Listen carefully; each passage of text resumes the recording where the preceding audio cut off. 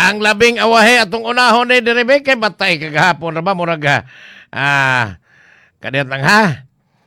Atong unahon ni kay kagahapon ni pasar na gyud sa House Committee on Justice sa impeachment, duha ka mga impeachment complaint, ang 3 o 4 impeachment complaint batok ni Vice President Sara Duterte nga dunay libutar sa 55 sila, 54 ang pabor nga mahatod gyud dito Senado, plenaryo pa ang impeachment complaint ni Vice President Sara. Usara gyud ang libutar og no katong taga Quezon City nga kongresistang si Bong Suntoy.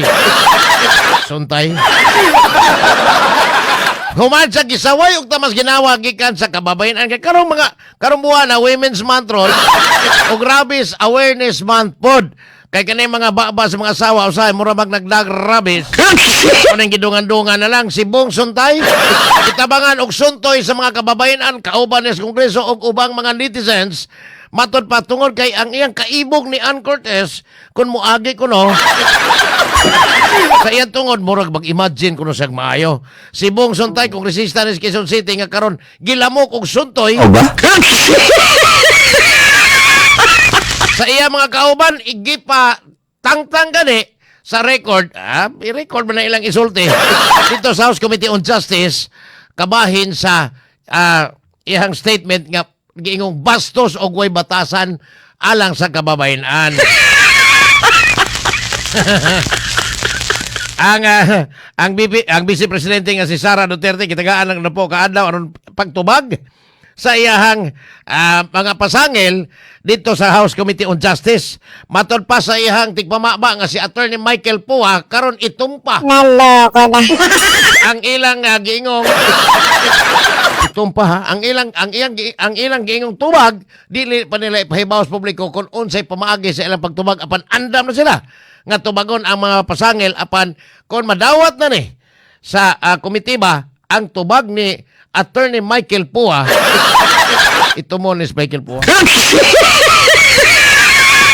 Ang komite doon ay tulupod kaadlaw pag-counter sa maong pasangil usa pa ni dadon dito sa plenaryo. Murag okay sa diay nila.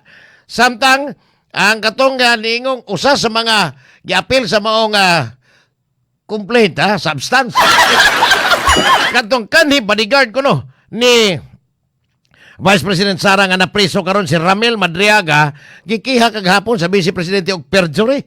Kini kabahin sa iyang gingong naghatod siya og 35 milyones ngadto sa balay ni Colonel Raymond Lachica.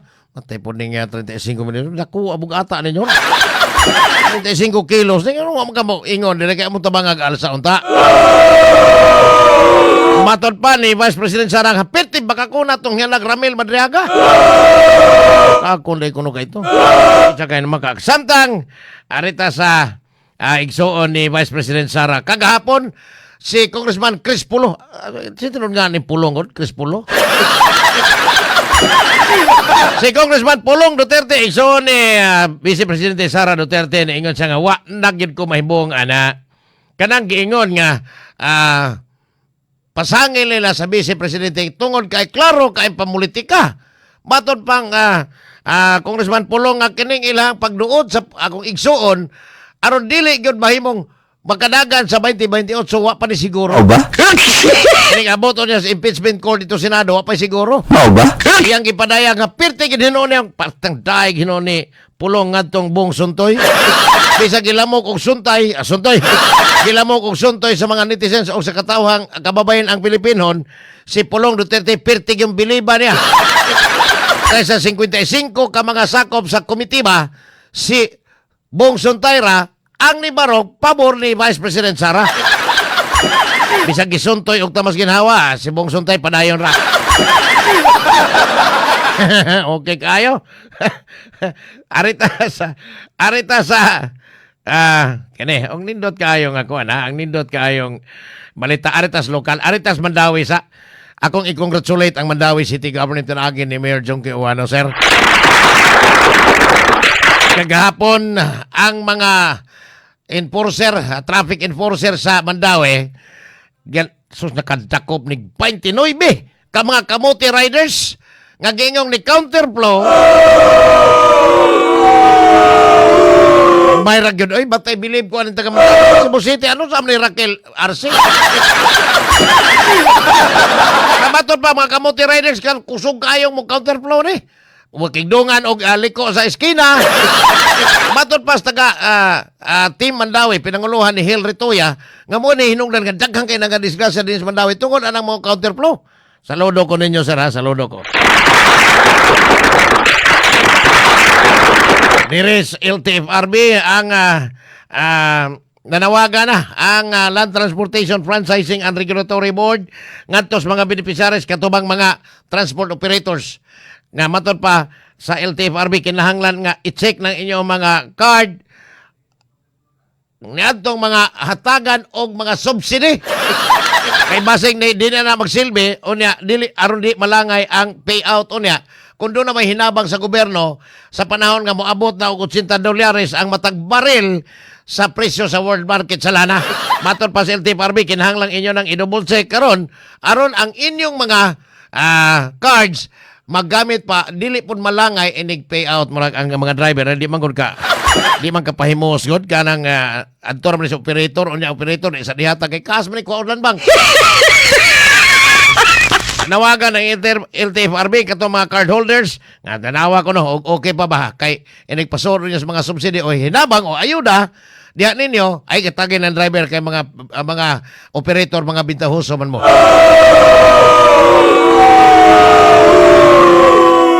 Pero ang Department of Energy, DOE, ha, kagahapon atong na-interview din si Ma'am Ellen Limocon, Ma'am Ellen Maghanoy, ang Federation President sa Metro Cebu Transport Cooperative, kaning mga modernized jeepney. Matod pa ni Ma'am Ellen kagahapon, nga nikalit og sulbong ang ila utang ipadeliver nga krudo sa ilahang mga tagsa-tagsa ka mga tangke para sa ilang mga POJ, modernized jeepney.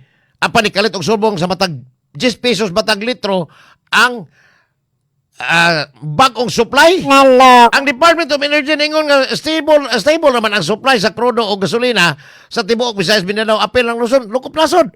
Apan kining mga negosyanteng Kotsinango mo'y naguna-una o pasaka sa presyo lakip na ang presyo bugas natag 70 ng kilo sa ganador. Hinungdan niini nga si Governor Pam Bariccuatro o ang Mayor sa Dakbayan Sugbo nagpahibaw na nga kinahanglan dunanay mga executive orders nga gingong ilang higpitan ang paggamit sa mga sakyanan sa mga importante lang nga mga lakaw dili itong mga driver na magsuroy-suroy lang aron maka-eskapos buhaton sa opisina.